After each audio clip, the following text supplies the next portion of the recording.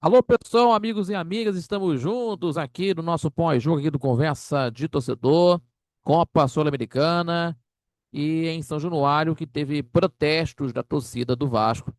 A equipe Cruz Maltina foi eliminado, o empate de 1-1, o placar agregado de 5-1, a equipe do time do Vasco foi eliminado na competição contra o Independiente Del Valle. E aí teve protestos nas arquibancadas, xingamentos ao presidente Pedrinho e também o Vasco está em crise nessa situação aí, né?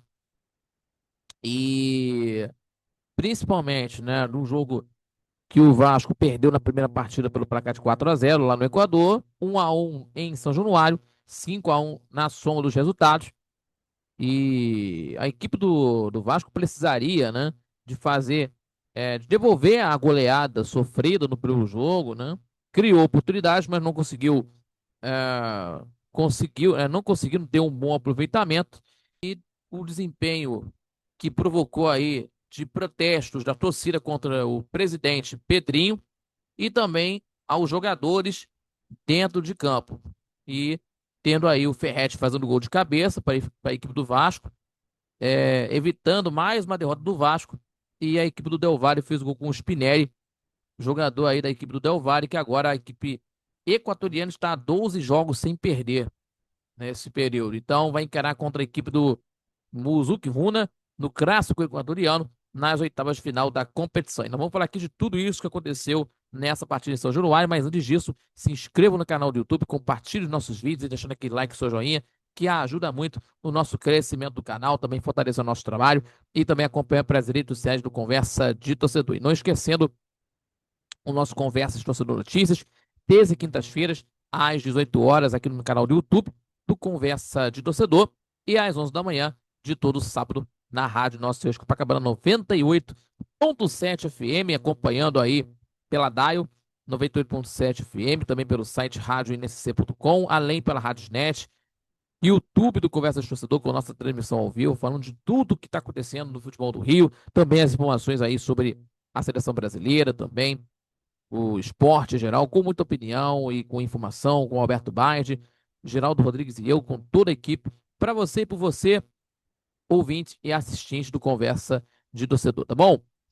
Meus amigos, vamos falar aqui sobre a situação do Vasco que impôs um ritmo forte desde os primeiros minutos de partida do primeiro tempo, com amplo controle de posse de bola e também o Del Valle se fechava no campo de defesa, né?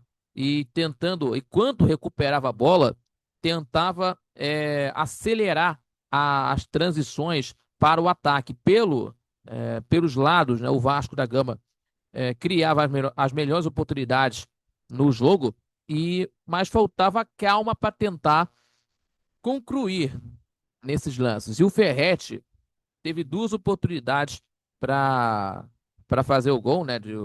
Duas boas chances em bolas aéreas, né? Uma delas ele cabeceou para a grande defesa do Vidal, goleiro da equipe do Del Valle, e na outra oportunidade e chutou em cima do goleiro. E o Ryan também desperdiçou a oportunidade, a melhor chance ao ficar diante do gol e chutar e mandar para fora. E no final do primeiro tempo também o time equatoriano conseguiu uma falta perto da área e o Spinelli foi oportunista, cabeceando para o fundo das redes do goleiro Léo Jardim para fazer 1-0, abrindo a contagem. Aí seria a situação que o Vasco não esperava, mas a equipe do time do Del Valle acabou concluindo fazendo o gol pelo placar de 1-0. E já na segunda etapa, meus amigos, o gol, antes do intervalo, inclusive, parece ter abalado, assim, moralmente os jogadores do Vasco, né, que também passou a ter protestos dos torcedores dentro do estádio, tem aí os xingamentos ao Pedrinho, que nós acabamos de falar aqui, e voltou para o segundo tempo a equipe mantendo a posse de bola, certo? Mas sem a intensidade apresentada nos primeiros 30 minutos do primeiro tempo, inclusive, e a pressão da torcida só aumentou nas arquibancadas, né? Várias dos torcedores, as críticas, é, implacáveis, né? Críticas implacáveis aos jogadores, inclusive ao João Victor, zagueiro, né? inclusive que está sendo alvo dos torcedores, está sendo alvo dos torcedores nessa semana. Enfim, nesse aí, a cada toque de bola, vaias ao João Victor, né?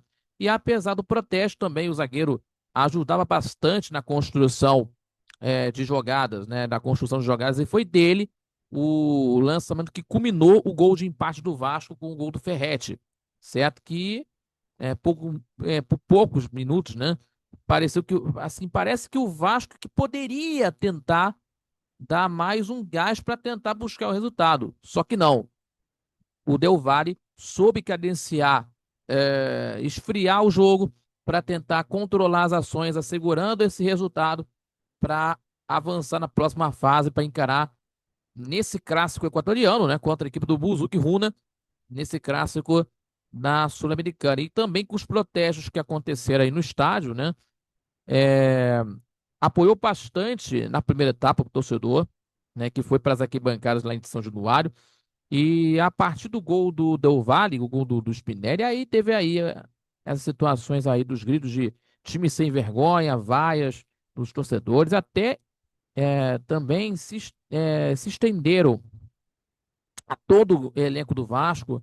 Em seguida, o Pedrinho também foi utilizado, o João Victor também. Enfim, um dos momentos marcantes foi a decisão, né, de uma organizada do Vasco parar de cantar e se virar de costas para o campo enquanto aí o jogo corria. Então, protestos que estão se estendendo, né? Que estão se estendendo aí nessa situação de agora e tendo aí as competições nacionais, inclusive temos aí o Campeonato Nacional, que vai encarar contra a equipe do time do Internacional de Porto Alegre neste domingo, inclusive. E na outra quarta-feira temos aí o jogo contra o CSA pela Copa do Brasil, certo? Então, esse momento, né? O jogo que vai ser contra o Internacional nesse domingo pelo Campeonato Brasileiro, lá no Beira-Rio, um jogo complicado. E também na próxima quarta para a Copa do Brasil, também jogo fora de casa contra o CSA. Então, jogos fora de casa, que vão ser jogos de uma maneira decisivos, né, para a situação do Vasco e também para o Fernando Diniz, que por essa situação de agora, meus amigos, é uma situação bem complicada em tese. E também no jogo que aconteceria contra a equipe do Bahia, que seria da 15ª rodada, foi adiado, certo? Foi adiado. Então teremos o jogo contra o Internacional. Teremos, né? O jogo contra o Internacional da 16ª rodada no estádio do Beira-Rio, 6h30 da tarde. Tá bom, pessoal? E na próxima quarta, Copa do Brasil contra o CSA às 7 da noite, na quarta-feira. Tá bom, pessoal? E então, meus amigos, o Vasco tentando conseguir aí reverter a situação para buscar resultados positivos e que a gente está falando sobre isso. Então, vamos ver o que vai acontecer daqui para frente da equipe do Clube de Regatas Vasco da Gama, tá certo? Então é isso, pessoal. Muito obrigado pela sua companhia, pelo seu carinho. Mais um pós-jogo. Se inscreva no canal do YouTube, compartilhe os nossos vídeos e deixando aquele like que ajuda muito o nosso crescimento do canal.